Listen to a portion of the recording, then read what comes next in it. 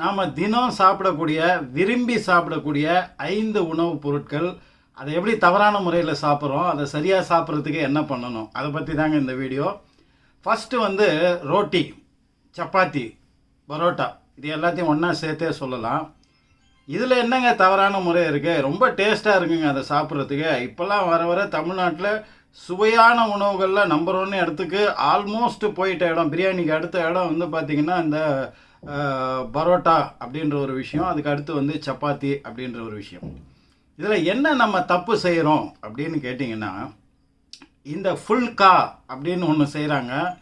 பொதுவாகவே சப்பாத்தியை வந்து தவாவில் போட்டு கொஞ்சம் சூடான பிறகு அதை டைரெக்டாக வந்து நெருப்பில் காமிக்கும் போது அது பூரி மாதிரி உப்பி வருது. அதுதான் ஃபுல்கா அப்படின்னு சொல்கிறது. அது பார்க்க ரொம்ப அழகாக இருக்குது, சாப்பிட்றதுக்கு ரொம்ப டேஸ்ட்டாக இருக்குதுன்னு சொல்லி சாப்பிட்றோம். இதில் என்ன பிரச்சனைன்னு கேட்டிங்கன்னா, இந்த கோதுமையோ இல்லை மைதாவோ இதை சாப்பிடும்போது அதை முழுமையாக ஃபுல்லி குக்குடு அப்படின்வாங்க, முழுமையாக வேக வைக்க வேண்டும். இல்லைன்னா இப்போ காய்கறி ஆஃப் பாயிலில் சாப்பிட்லாம், வேறு எதெல்லாம் மீட்டு மட்டன் சிக்கன் இதை கூட நம்ம வந்து ஆஃப் பாயிலில் சாப்பிட்டுடலாம், வயிறு அவ்வளோ பெரிய பிரச்சனை பண்ணாது. ஆனால் இந்த கோதுமை இந்த மைதாவில் செய்யக்கூடிய பொருட்களை வந்து முழுமையாக வேக வைக்கலைன்னா அது உடம்புக்கு மிகப்பெரிய தீமையை செய்யும். இப்போ என்ன பிரச்சனைன்னு கேட்டிங்கன்னா, ஃபுல்கா செய்யும்போது தவாவில் போட்டு சூடு பண்ணுறீங்க, உடனே அதை டைரெக்ட் நெருப்பில் ஓவர் ஹீட்டுக்கு எக்ஸ்போஸ் பண்ணுறீங்க. அதனால் அது வந்து உள்ளே இருக்கிற காற்று விரிவடைகிறதுனால அது உப்புது. இதனோட மேல் லேயர் எல்லாமே அளவுக்கு அதிகமாக குக்காக இருக்கும், உள்புற உள்ள லேயர் வந்து கால்வாசி கூட குக்காக இருக்காது. அப்போ அன்ஈவன் குக்கிங். ஒரு உணவுப் பொருளில் ஒரு பகுதி அதிகமாகவும் ஒரு பகுதி குறைவாகவும் வேக வைப்பது, அந்த மாதிரியான உணவை சாப்பிடுவது உடலுக்கு மிக மிக மிக தீமையானது. சரி, இப்போ அதை எப்படி சரி பண்ணலாம்? நமக்கு அந்த ஃபுல்கா மாதிரி இதை சாப்பிட்டு ஆகணும், சப்பாத்தி சாப்பிடணும், பரோட்டா சாப்பிடணும். அதே மாதிரி இந்த ஃபாஸ்ட் ஃபுட்டில் கடைகளில் வந்து பரோட்டா குருமா வாங்கி சாப்பிடவே சாப்பிடாதீங்க. ஒரு ஃபுல் மீல்ஸ், அன்லிமிட்டெட் மீல்ஸ் சாப்பிட்டா கூட ஜீரணம் ஆகிடும். ஒரே ஒரு செட்டு பரோட்டா வாங்கி சாப்பிட்டிங்கன்னா அது ரொம்ப நேரத்துக்கு வயிற்றுக்குள்ளேயே இருக்கும். இது காரணம் என்னன்னு கேட்டிங்கன்னா, அன்ஈவனாக குக் பண்ணுறது தான். அது சரியாக நம்ம குக் பண்ணுறது இல்லை. இப்போ நம்ம வீட்டில் செய்யும்போது, பொதுவாகவே இதை வீட்டில் செஞ்சு சாப்பிடுங்க. வீட்டில் செய்யும்போது எப்படி செய்யணும்னா, தவா ஃப்ரை தான் பண்ணணும். தவாவில் போட்டு பண்ணும்போது மீடியம் ஃப்ளேமில் வச்சு ரொம்ப நேரம் வேக வைக்கணும். அப்போ தான் அது உள்புறம் வரைக்கும் போய் நல்லா வேகும். சரி, இப்போ ஃபுல்கா மாதிரி நமக்கு சப்பாத்தி வேணும் அப்படின்னு கேட்டிங்கன்னா, சின்ன ட்ரிக் என்னென்னா, நல்ல துணி எடுத்துங்க, நல்லா அப்படி சுற்றி கையில் பிடிக்கிற மாதிரி வச்சுங்க. அந்த சப்பாத்தியை சூடான பிறகு அதை வந்து இப்போ கரண்டியில் திருப்பாமல் இந்த துணியில் பிடிக்கிறீங்க இல்லையா, அந்த துணியை வச்சு நல்லா அதை அமுத்தி அமுத்தி விட்டு அதை சுற்றி விடுங்க. அமுத்தி அமுத்தி அதை சுற்றி விட விட விட விட பார்த்தீங்கன்னா, திருப்பி போட்டு திரும்ப அதே மாதிரி துணியில் அமுத்தி அமுத்தி அதை சுற்றுனீங்கன்னா அழகாக அது உப்பி வரும். அதே சமயத்தில் அதில் நிறைய ஃபுல் குக்குடு அப்படின்ற மாதிரியான ஒரு விஷயமும் நடக்கும். அதனால் நமக்கு வந்து உடலுக்கு வந்து தீங்கும் ஏற்படாது. அப்புறம் வந்து சப்பாத்தி, பரோட்டா இதில் வந்து மாவு பிசையணும் இல்லையா, அதுதான் ரொம்ப ரொம்ப ரொம்ப முக்கியமானது. அதில் எதுவுமே கலந்து பிசையக்கூடாது. அந்த மைதா, அந்த பரோட்டாவோ சப்பாத்தியோ சாஃப்டாக வரணுன்றதுக்காக அதில் பால் ஊற்றுறதோ இல்லை வேறு எதையுமோ போட்டு செய்யக்கூடாது. எதை நீங்கள் கலந்தீங்கனாலும் அது உடம்புக்கு தீமையானது. அப்போ எப்படி தான் பண்ணுறதுன்னு கேட்டிங்கன்னா, அதுக்கு தேவையான அளவுக்கு சரியான தண்ணீர் விட்டு, அது கம்மியாக விடக்கூடாது ஜாஸ்தியாக விடக்கூடாது, சரியான அளவுக்கு தண்ணீர் விட்டு ரொம்ப நேரம் அதை வந்து ப்ரெஷர் கொடுத்து பிசையணும். எவ்வளோக்கு எவ்வளோ அழுத்தம் கொடுத்து எவ்வளோ நேரம் பிசைகிறீங்களோ அவ்வளோக்கு அவ்வளோ அந்த மாவு வந்து சாஃப்டாகும். அதுக்கப்புறம் வந்து அது மேலே லைட்டாக எண்ணெயை தடவியோ இல்லை ஈரம் பண்ணிட்டோ, ஈர துணி அதை நல்லா ஈரம் பண்ணிவிட்டு நல்லா புழிஞ்சிட்டு அதை அது மேலே போட்டு ஒரு 1/4 மணி நேரத்தில் இந்த ½ அன் ஹவர் வரைக்கும் கூட அதை ஊற விடணும். இந்த ஊற விடும்போது தான் அந்த தண்ணி அந்த மாவுக்குள்ளே போய் சேர்ந்து அந்த மாவை சாஃப்டாக்கி அங்கே ஒரு பெரிய ஒரு கெமிக்கல் ரியாக்ஷன் நடக்குது. அது நடக்கிறதுக்கான டைமை வந்து நம்ம கொடுக்கணும். எப்போவுமே பரோட்டாவோ சப்பாத்தியோ அரிபுரியில் அர்ஜென்ட் டிஷ்ஷாக வந்து பண்ணவே பண்ணாதீங்க. ரொம்ப நேரம் அதை பிசையணும், அதுக்கப்புறம் ரொம்ப நேரம் அதை ஊற விடணும். இது ரெண்டும் நடந்தால் தான் அது சாஃப்டாகவும் ஆகும், எளிதில் ஜீரணமும் ஆகும். அதனால் இந்த ஒரு முக்கியமான உணவுப் பொருள், டேஸ்டான உணவுப் பொருள், தினம் ஆல்மோஸ்ட் நம்ம சாப்பிடக்கூடிய உணவுப் பொருளில் கொஞ்சம் கவனமாக இருங்க. அடுத்தது வந்து சிவப்பு மிளகாய் தூள். இந்த காஞ்ச மிளகாய் சிவப்பு கலரில் இருக்கும் இல்லையா, அந்த மிளகாய் தூள் இது நம்ம ஆல்மோஸ்ட் டெய்லி எல்லாருமே பயன்படுத்துகிறோம். இதில் முதல் தவறு என்னென்னா, கடையில் வாங்கி தயவு செய்து இந்த பாக்கெட்டில் வர அந்த மிளகாய் தூளை வாங்கி பயன்படுத்தாதீங்க. நீங்கள் வாங்கி அரைக்கும் போதும் சரி, அதில் காஷ்மீரி மிளகாய் தூள், இந்த மிளகாய் அந்த மிளகாய்லாம் நிறைய இருக்குது. அந்த பொதுவாகவே இந்த மிளகாய் தூள் பயன்படுத்துவதே உடல் நலத்துக்கு எதிரானது தான். என்ன வரும்னு கேட்டிங்கன்னா, உடம்பை இது சூடாக்கும், அதே மாதிரி தலைமுடி உதிர்வை உண்டாக்கும், அப்புறம் இள நரையை உண்டாக்கும், இந்த மாதிரி அப்புறம் தோள்களில் ஒரு பிக்மெண்டேஷன், இந்த மாதிரி சொல்லிக்கிட்டே போகலாம். அது உடல் நலத்துக்கு நல்லது எந்த விதத்துலேயும் செய்யவே செய்யாது. முடிஞ்ச வரைக்கும் நீங்கள் வாங்கி காய வச்சு அதை அரைங்க, கடையில் வந்து வாங்காதீங்க. அடுத்தது என்னன்னு கேட்டிங்கன்னா, இதை எப்படி சாப்பிடலாம் அப்படின்னு கேட்டிங்கன்னா, சாப்பிடாம இருக்கிறதே நல்லது. ஒரே அடியாகவும் சாப்பிடாம இருக்க முடியாது. அதுக்கு என்ன பண்ணலாம் அப்படின்னு கேட்டிங்கன்னா, வெங்காயத்தை போட்டு வதக்கின உடனே நீங்கள் வந்து பச்சை மிளகா போடுறீங்க இல்லையா, அதை எக்ஸ்ட்ரா 2-3 சேர்த்து போட்டுட்டு இந்த மிளகாய் தூளோட அளவை வந்து நீங்கள் கம்மி பண்ணிக்கலாம். இப்படி நாளடைவில் கம்மி பண்ணிட்டே வந்து ஒரு ஒரு ஒரு ஸ்டேஜில் வந்து அதை கொஞ்சமாக வாசனைக்கு சேர்க்குற அளவுக்கு வந்து நீங்கள் சேர்த்துக்கலாம். அதுக்கு பதிலாக வந்து பெப்பர் சேர்ப்பது மிக மிக நல்லது. இந்த 2 பச்சை மிளகாய் எக்ஸ்ட்ரா போடுறது, அப்புறம் கொஞ்சம் பெப்பர் போடுறது, இதன் மூலமாக இந்த மிளகாய் தூளினோட அளவை வந்து நீங்கள் கட்டுப்படுத்தலாம். முடிஞ்ச வரைக்கும் மிளகாய் தூளை பயன்படுத்துறத அவாய்ட் பண்ணுறதுக்கு நீங்கள் பாருங்கள். அடுத்தது 3வது பனானா, வாழைப்பழம். வாழைப்பழத்தில் என்னங்க இருக்குது அப்படின்னு கேட்டிங்கன்னா, முக்கியமானது வாழைப்பழம்ன்றது தான் நமக்கு ஃப்ரூட்ஸ்லேயே கொஞ்சம் ஈஸியாக சீப்பாக கிடைக்கக்கூடிய விஷயம். விதவிதமான இதில் கிடைக்குது, ஈஸியாக நம்ம வந்து சாப்பிட்றோம், ஈஸியாக ஜீரணம் ஆகுது அப்படின்னு நம்ம நினச்சிட்ருக்கோம். சரி, இதை எப்படி சாப்பிட்ணும், ஏன் தவறான முறையில் நம்ம எப்படி சாப்பிட்றோம்? வாழைப்பழத்தை கொஞ்சம் பழுக்காத பழமாக இருந்தால் கூட நம்ம சாப்பிடவே கூடாது.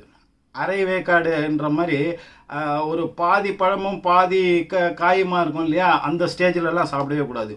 முழுக்க முழுக்க அது வந்து பழுத்து இருக்கணும். இப்போ பச்சை பழமாக இருந்தால் அதில் புள்ளி விழுவும் பார்த்தீங்களா, அந்த மாதிரி புள்ளி விழுகிற பழத்தை பார்த்தீங்கன்னா விடவே விடாதீங்க. ஆனால் இப்போ நம்ம சொல்கிறது வந்து குளிர் காலத்துலேயும் உங்களுக்கு சளி பிடிச்சிருக்கும் போதோ, கோல்டு அஃபெக்ட் ஆகிருக்கும் போதோ, ஜுரம் வர்றது, இந்த மாதிரியான கண்டிஷன்ஸ் இல்லாத நார்மல் கண்டிஷன்ஸில் சொல்கிறோம். புள்ளி விழுந்த பழம், பச்சை பழம் கிடச்சிதுன்னா அதை விடவே விடாதீங்க. அதே மாதிரி மோரிஸ்னு சொல்லிட்டு இந்த பச்சை பழத்தையே கெமிக்கல் போட்டு பழுக்க வச்சு மஞ்சளாக வந்து பண்ணுறாங்க. அது பெரிய பெரிய சைஸில் வருது, ரொம்ப டேஸ்ட்டாக இருக்குது. தயவு செய்து சொல்கிறேன், நீங்கள் சாப்பிடாதீங்க, குழந்தைகளுக்கும் கொடுக்காதீங்க. அதோட தீமையை பற்றி சொன்னோம்னா இந்த வீடியோ ரொம்ப பெருசாக போயிடும். அதை பழுக்க வைக்கிற விதம் எது ஒன்றுமே இயற்கைக்கு மாறாக ஒரு அழுத்தத்தின் காரணமாக கெமிக்கல் போட்டு ஃபோர்ஸ்ஃபுல்லாக செய்கிற விஷயம் உடம்புக்கு நல்லதாகவே இருக்காது. அதனால் மோரிஸ் அப்படின்னு சொல்லக்கூடிய அந்த பச்சை பழமே மஞ்சள் பழமாக இருக்குமே, அதை வந்து சுத்தமாக வந்து அவாய்ட் பண்ணிடுங்க. மீதி எல்லா பழத்தையுமே நீங்கள் சாப்பிட்லாம். எல்லாத்துலேயும் நிறைய வைட்டமின் சத்துக்கள் இருக்குது. குறிப்பாக அந்த தோலினுடைய அடிப்பகுதியில் இருக்கிற வெள்ளை பகுதியை வந்து சுரண்டி எடுத்து சாப்பிடுங்க, அதில் நிறைய கால்சியம் இருக்குது. அதனால் அதை நீங்கள் அவாய்ட் பண்ணாதீங்க. இப்போ நம்ம மஞ்சள் பழத்திலே பார்த்தீங்கன்னா கொஞ்சம் தோலில் கருப்பு அங்கங்கே இருக்கும். அதே மாதிரி அது அந்த சீப்பு இருக்கிற அந்த காம்பு இருக்கு இல்லையா, அந்த காம்பு பகுதி காஞ்சி போயிருக்கும், அது கொஞ்சம் கருப்பாக இருக்கும். ஃப்ரெஷ்ஷாக பச்சையாக அப்படி பலன்னு இருக்கிறத வந்து வாங்காதீங்க. இந்த கொஞ்சம் கருப்பான காஞ்ச மாதிரி இருக்கிறது தான் அதனுடைய கரெக்டான ஸ்டேஜ் நம்மளை சாப்பிட்றதுக்கு அப்படின்றது. ரொம்ப கனிந்த பழம், நல்ல பழுத்த வாழைப்பழங்களை மட்டும்தான் சாப்பிடணும். அது கொஞ்சம் காயாக இருந்தால் கூட, வாழைப்பழம் காயாக இருந்தால் அதை குக் பண்ணி தான் நம்ம சாப்பிடணுமே தவிர அப்படியே சாப்பிட்றதுக்கு அது பழமாக இருக்கும்போது மட்டும்தான் சாப்பிடணும். தயவுசெய்து அது கொஞ்சம் காயாக இருந்தால் கூட அதை அவாய்ட் பண்ணிவிடுங்க. ரெண்டாவது, இந்த வாழைப்பழத்தை அப்படியே சாப்பிட்றத விட பெஸ்ட்டு என்னன்னு கேட்டிங்கன்னா, பெப்பர் தூள் இருக்கு இல்லையா, இந்த வாழைப்பழத்தை வெட்டி அதில் பெப்பர் தூளை தூவி சாப்பிட்றது வந்து அது மிகப்பெரிய மருந்து பொருளுங்க. அது டேஸ்ட்டும் ஒரு நல்ல டேஸ்ட் இருக்கும். போக போக அந்த டேஸ்ட் உங்களுக்கு ரொம்ப பிடிச்சி போயிடும்.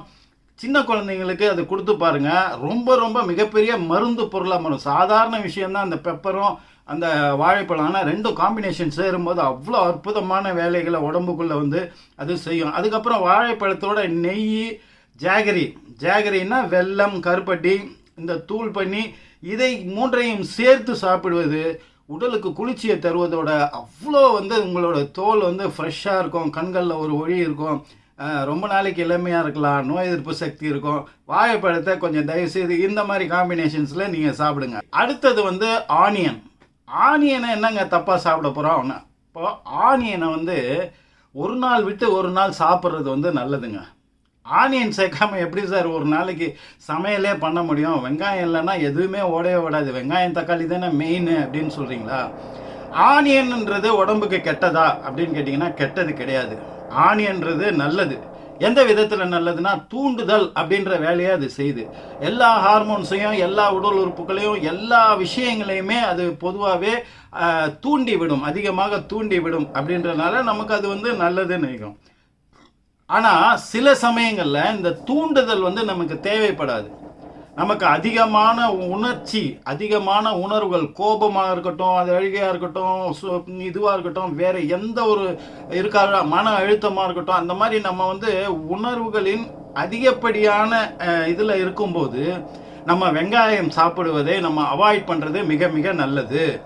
உங்களுடைய மன அழுத்தத்தை குறைக்க, உங்கள் கோபத்தை குறைக்க, உங்களுடைய இந்த மாதிரியான உணர்வுகளின் அதிகப்படி வெளிப்பாடு இருக்கக்கூடிய சமயங்களில் வந்து இதை குறைப்பது நல்லது. இது எதுக்கு சொல்கிறோன்னா, குறிப்பாக வந்து மாணவர்களுக்கு ஒரு எக்ஸாம் டைமு, நாளைக்கு ஒரு இன்டர்வியூ, ஒரு தேர்வு, யாராக இருந்தாலும் சரி, இந்த கான்சென்ட்ரேட் பண்ணி ஒரு விஷயத்தை பண்ணக்கூடிய இடத்தில் இருப்பவர்கள் வெங்காயம் சாப்பிடுவதை அவாய்ட் பண்ணுங்கள். ஏன்னா அது மற்ற உணர்வுகளை அது தூண்டி விடும்போது இந்த கான்சன்ட்ரேஷன்ன்றது வந்து டைவர்ட் ஆகும். அப்போது குறிப்பாக மாணவர்கள் எக்ஸாம் டைமில் இருக்கும்போது அவங்களுக்கு இந்த வெங்காயம் போட்டு சமைத்த உணவை வந்து கொஞ்சம் அவாய்ட் பண்ணுங்கள். இல்லை ஒரு நாள் விட்டு ஒரு நாள் பண்ணுங்கள். இல்லை பண்ணவே முடியாதுன்னா சிம்பிளாக ஒன்று செய்யுங்க.